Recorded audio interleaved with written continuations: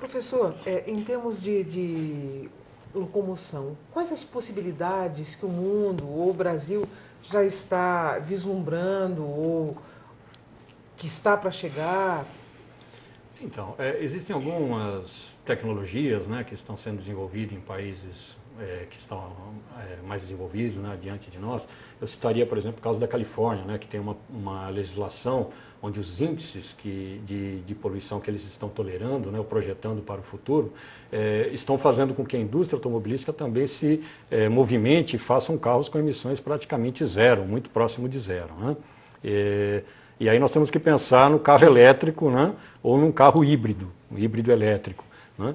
Aí tem uma discussão. Alguns especialistas dizem que o carro híbrido elétrico não consegue chegar no índice praticamente que a Califórnia está pedindo, por muito próximo de zero, né, e só os carros elétricos conseguiriam.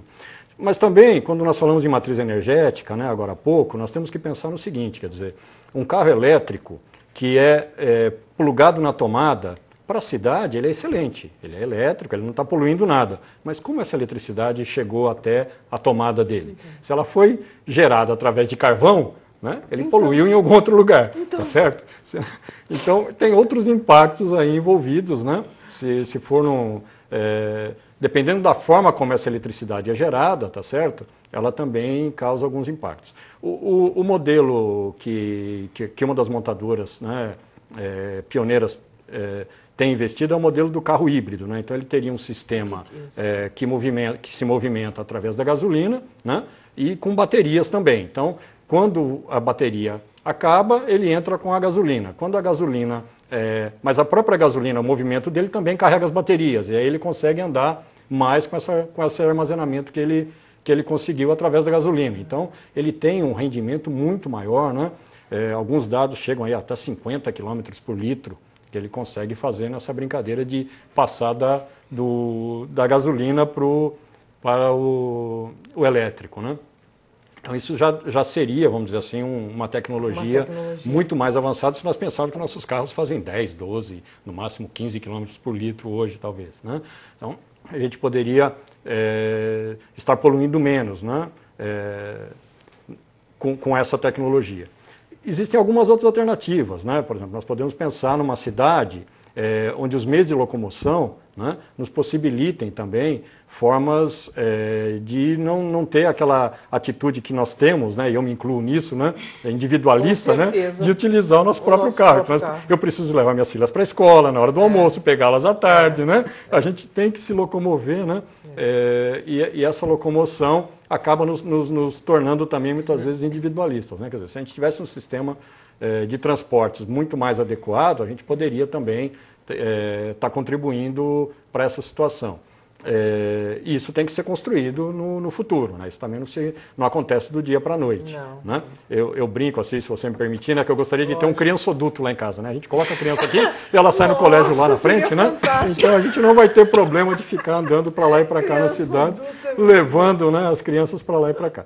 Mas a gente brinca com o assunto, mas são questões sérias, né, que a gente tem que pensar, quer dizer, muitas vezes a gente tem que andar pela cidade toda, né, para levar o filho, né, porque é a melhor opção que nós fazemos em termos de colégio. E às vezes o colégio que está perto da nossa casa não é a melhor opção que nós fizemos, enfim. Então, hoje em dia, as opções individuais, né, estão muito ligadas à locomoção também, né, que nós fazemos nas cidades. Nós sabemos de algumas experiências de cidades que também, às vezes, utilizam bicicletas ou carros alugados, né, então você poderia pegar num ponto e entregar no outro. São outras tecnologias que também poderiam estar entrando e auxiliando. Enfim, nós temos que encontrar um modelo que nós não temos ainda, acredito, né, mas encontrar esse modelo que seja mais adequado, né? A cidade de São Paulo, né, como a nossa palestrante colocou, está adotando a inspeção veicular, né? Mas, na minha opinião, enquanto nós não tivermos a inspeção veicular em nível nacional, a gente acaba tendo distorções, porque a gente sabe de muitas empresas que estavam em São Paulo e que acabam indo para Osasco, Carapicuíba, Itapevi, Barueri, né, para fugir da inspeção veicular. Então, ou a gente faz em nível nacional para resolver o problema, ou a gente acaba tendo o jeitinho brasileiro e resolve de outro jeito muitas vezes, né? Quem tem mais poder econômico acaba podendo também, né, emplacar o carro em outro município, enfim, né, o que não seria talvez o mais adequado. Então, eu acho que a questão da inspeção veicular para as cidades é a fundamental, né? No momento que nós estamos Você acha que... né? Esse seria o ponto fundamental. Nós temos que partir daí, né?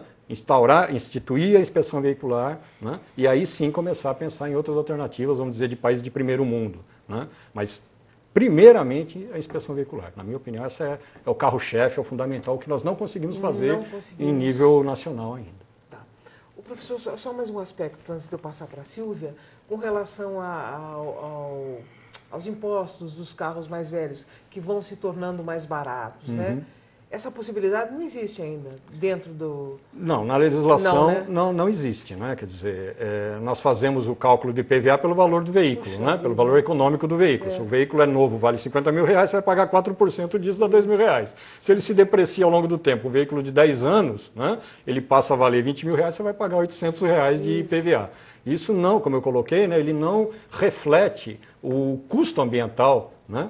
O custo para o meio ambiente, né, externalidade, como a gente costuma dizer na economia, né, isso não se reflete no custo, não reflete o custo ambiental desta opção. Então deveria, na minha opinião, ser dada uma sinalização nesse sentido, né? As pessoas deveriam saber, olha, a partir do momento que meu carro vai ficando mais velho, ele vai, né, degradando a qualidade dele, ele vai poluindo mais, tá certo? Então eu também tenho que gastar mais em impostos para poder fazer com que também as prefeituras, fazer com que o Estado tenha condições de arrecadar e investir em redes de medição, investir em alternativas de transporte público, né? E aí a gente poderia começar a tentar equacionar essa questão que é bastante complexa. E você, Silvia? Quais são as alternativas que você acredita que poderiam ser implementadas?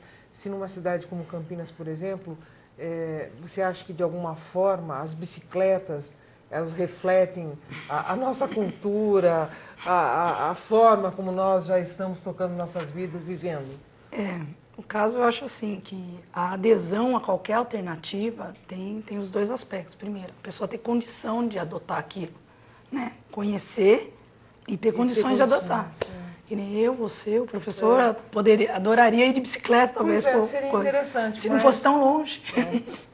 Né? Tão se tivesse vias, tão né? Perigoso, seguras para poder fazer isso. Então, eu acredito assim, que toda alternativa ela tem que ter condições de ser adotada, né?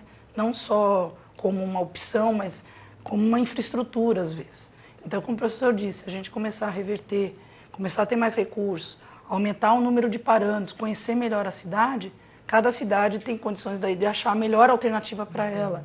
Porque não existe uma fórmula que as grandes cidades estão adotando hoje. Existem várias alternativas que as grandes cidades têm adotado. Algumas funcionam em algum lugar, outras não funcionam tão bem. Às vezes por questão do próprio território, às vezes por questões de recursos, às vezes por questão cultural, vocação. Então, assim, cada cidade, ou mega cidade que a gente está pensando, né, no futuro, que é o crescimento, ela tem que encontrar. Quanto antes ela encontrar a sua fórmula, melhor. De qualquer forma, como o professor disse, essa questão de você ter a inspeção veicular, que a pessoa vai ter que começar a pensar se ela tem condições de manter o carro, não só por gasolina, não só pagar o seguro dele, mas também manter ele em condições ambientais corretas. E isso, de alguma forma, ele ser penalizado, se ele não tiver condição, vai retirar uma quantidade de carros que ambientalmente não é interessante estar circulando por aí.